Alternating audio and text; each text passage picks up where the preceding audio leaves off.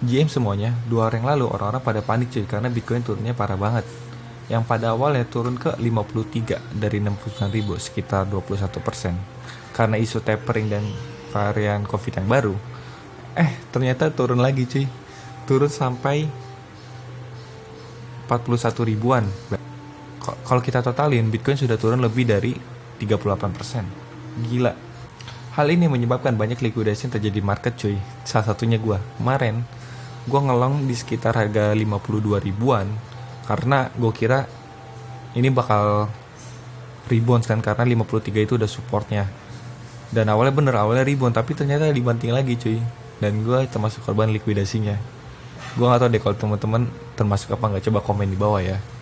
Kalau kita totalin berapa banyak yang terkena likuidasi, kalau kita lihat datanya yang ada di CoinGlass itu sekitar 2,9 billion US dollar. Gila, ini banyak banget cuy.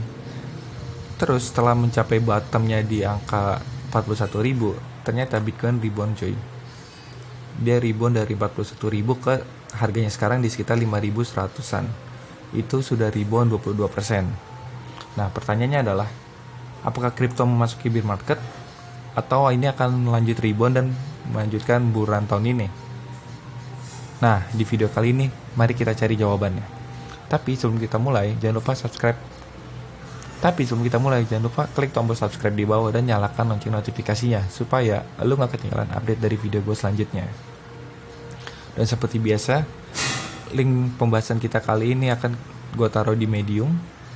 Dan juga lu kalau lebih suka membaca, bisa banget baca Mediumnya. Dan versi rangkuman akan gue taruh di Instagram gue di lutfi.soul. Jadi jangan lupa di follow juga ya. Untuk menjawab pertanyaan apakah Bitcoin sedang berada di bear market atau bukan, kita harus melihat dari the bigger picture cuy. Nah, untuk melihat the bigger picture-nya, mari kita lihat data on-chain. Data on-chain yang pertama yang akan kita lihat adalah Bitcoin Realized Price to Liveliness Ratio. Metrik ini akan mengukur behavior spending dan hodling dari para investor. Nah, biasanya bear market terjadi ketika harga Bitcoin berada di bawah garis price to liveliness-nya ratio.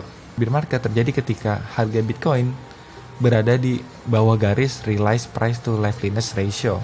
Misalnya pada bear market tahun 2012 sampai 2013, kita zoom in aja. Harga Bitcoin itu ada di bawah garis price to liveliness ratio. Kalau teman-teman lihat di sini, Bitcoin masuk ke bawah garis itu pada tanggal 28 Juni sampai 7 Februari 2013. Berarti kurang lebih hampir setahun lah ya bear marketnya. Lalu hal yang sama juga terjadi pada bear market tahun 2015 sampai 2015. Kita zoom in aja.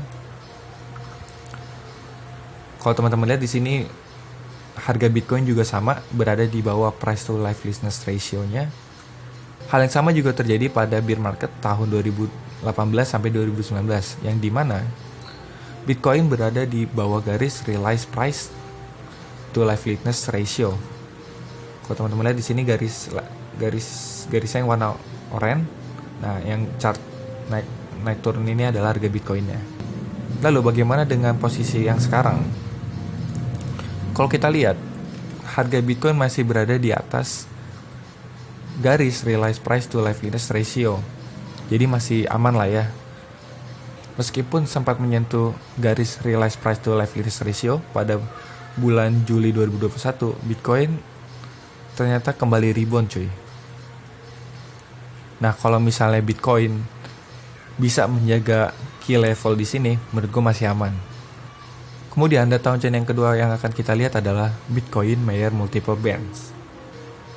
Metrik ini mengukur pricing model dari harga Bitcoin dengan moving average 200. Kalau kita zoom in di posisi sekarang, Bitcoin masih berada jauh di atas garis Mayer Multiple Bands.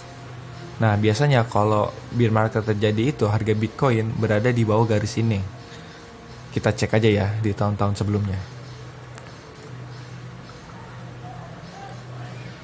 Kita cek di bear market 2012-2013. Nah, kan kelihatan kan, pada bear market 2011 sampai 2012, harga Bitcoin itu berada di bawah garis Mayer Multiple Bands. Kalau teman-teman lihat di sini, ini ke bawah terus dari rebound dan ini menandakan akhir dari bear market dan menuju bull run. Hal yang sama juga terjadi pada bear market 2014 sampai 2015 yang dimana harga Bitcoin di bawah garis Mayer multiple bands. Kalau teman-teman lihat di sini dari tanggal 11 atau 13 Agustus sampai tanggal 24 Juni 2015. Hal yang sama juga terjadi pada bear market tahun 2018 sampai 2019 yang dimana harga Bitcoin berada di bawah garis Mayer multiple bands. Nah, ini dari segi on-chain, bagaimana dari segi technical analysis. Mari kita cek juga. Biasanya untuk technical analysis biasanya gue pakai indikator EMA 50 untuk mengecek apakah Bitcoin sedang berada di bear market atau bull run. Di sini kita lihat apakah Bitcoin berada di atas garis EMA 500 atau di bawahnya. Kalau di atas berarti dia masih bull run, kalau di bawah dia udah bear market. Nah, kalau kita lihat di sini Bitcoin masih berada di atas garis EMA 50 meskipun dia sempat nyentuh tapi dia naik lagi. Dan hal yang sama juga terjadi pada bulan Juli sebelumnya yang dimana Bitcoin sempat tembus tapi dia rebound lagi. Kalau misalnya Bitcoin bisa menahan level ini, menurut gue bull run bakal tetap berlanjut.